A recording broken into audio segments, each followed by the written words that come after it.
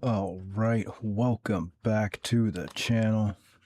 In this video, I'm going to be doing a quick book review of Applied Elite Theory by Nima Parvini, who's also known as Academic Agent on YouTube and other social media.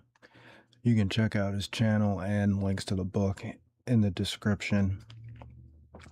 Now, this book kind of, I guess, uses some of his studies of Robert Michaels, Gaetano Mosca, and Vilfredo Pareto, who basically coined this law that's the iron law of oligarchy, which basically says that an organized minority will always beat a disorganized majority. And that's kind of like the basic premise of the book. And then he's applying it basically to the entire MAGA era, which is very interesting because he predicted a lot of the outcomes that would have happened or that have happened now. And he's using a very solid political theory to do so. So this is definitely a would recommend book if you're interested in politics. I'm going to read like a short paragraph to kind of show you where the book is going and what, like, it really answers like a lot of questions about what's been going on. So he says, how did we get to a place where MAGA no longer means bringing industry back to the Rust Belt, draining the swamp, tackling mass immigration, and so on, all set to the beat of fun memes and dancing, but now means Mark Levin giving hectoring lectures about how the base is insufficiently loyal to Israel and how anyone who asks any questions about Jeffrey Epstein is no longer America First. What America First now appears to mean is towing the party line of giving Israel literally anything it asks for, even as the rest of the world and much of American society sits appalled and morally revulsed by the images they see on the television.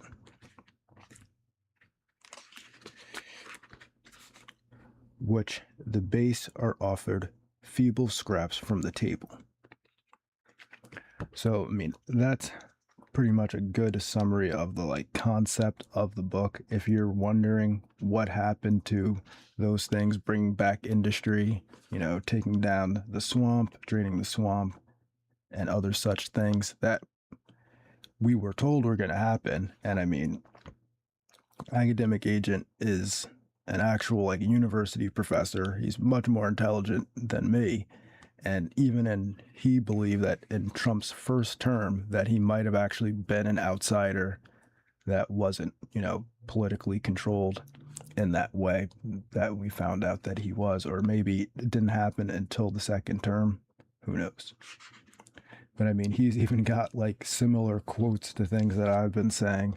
Like a lot of stuff I've been saying, it was just surprising to see someone that's disaccredited kind of saying similar things. But he even says here, he said, how it works is as follows. A big donor, whether Zionist, tech bro, or any other stripe, gives resources and in exchange, they get what they want. You, dear voter, like the kid in Willy Wonka and the Chocolate Factory, get nothing. You lose. Good day, sir. All right. So, he talks about, the H-1B visa situation. He goes real deep into kind of the boomer truth regime and laying out kind of how it was predictable that this kind of stuff was going to happen, because basically they're just going to do whatever it takes to stay in power, whether it means going more woke or going like more right wing, whatever the people want, as long as they basically contain the population, right? That's another concept that's in this book, where it's containment. Whenever people start to get a little out of control or start asking too many questions, and they send in somebody to be their political overlord that echoes their sentiments and echoes, what they want, and then you get nothing. Everything goes to Israel. Anyway, it's just kind of interesting. I never thought I'd be reading a book where it has like a picture of Kanye West in the GIMP suit on Alex Jones, but you'll have to find out what that's about. I mean, besides that, I mean, I could go through a couple more quotes here, but he talks about James Lindsay. What else? It's kind of interesting. His octopus theory, where he's kind of like countering Curtis Yarvin's cathedral theory. I'm kind of more in agreement with the octopus theory too, where he's just basically saying that the banks control everything first, not the media and the schools. The media and the schools are controlled by the banks. It makes more sense to me too. Then he really goes in on MAGA. Like he has a lot to say about MAGA, the people that are in MAGA, the leaders of MAGA. A lot of interesting opinions there. And he kind of lays out some of his base beliefs and stuff like that too, which are interesting, I would say. He's a very well-read and educated person, for sure. Now, most of the chapters in here are written in a kind of like speech like pattern. Some of them are from lectures, speeches that he gave. Some of them are from online articles. So most of the chapters are actually pretty short, like anywhere between like 3 to 10 pages. So it's kind of a good book if you just want to read a couple pages at a time, or if sometimes you read a couple chapters at a time. Basically, I read about half of it like right after I read Tragedy and Hope, and then I had to start doing yard work and stuff, so I just finished it today. I mean, I didn't read all the British politics section, but which one did I read?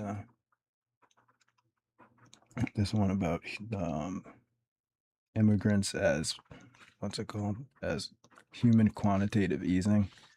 It's a pretty interesting theory because it does kind of make sense that they need to print the money in order for people to go to work, so that then they can then create the stuff in the factories so that they can get the money back onto the stock market, and they own all the stocks. But so they need to pump the market full of money, but they don't want you to have more money. So then they bring in immigrants to basically give some of the money to, and then you don't get more money, but they still get more people buying products. And also what he's saying here is that basically because they can't increase the supply, and in fact they're in some instances reducing the supply, they increase the demand by bringing more people into the country. So then even though they're printing more money and the supply staying the same, the demand is increasing because they're bringing in more people. But I go further and say that they need to pump the stock market. And instead of giving you more money to just pump the stock market yourself, they bring in immigrants. And also, everybody needs immigrants to serve their Starbucks and mow their lawns and all that type of stuff, of course. So, yeah, I mean, I think that's about it. Oh, yeah, there's one chapter in here, the chapter on ideology, that's like a pretty dense, like, university level chapter. But the rest of the stuff is, like I said, kind of casual, more like it's still pretty academic, but it's more casual. So yeah, definitely a good book. I'm definitely going to check out The Populist Delusion next. I've been looking at a couple other books too, but I'm definitely going to get that. So yeah, that's the book review. Like I said, the links for the book and for Academic Agent's channel are in the description below. So thanks for watching if you did. Have a good day and peace.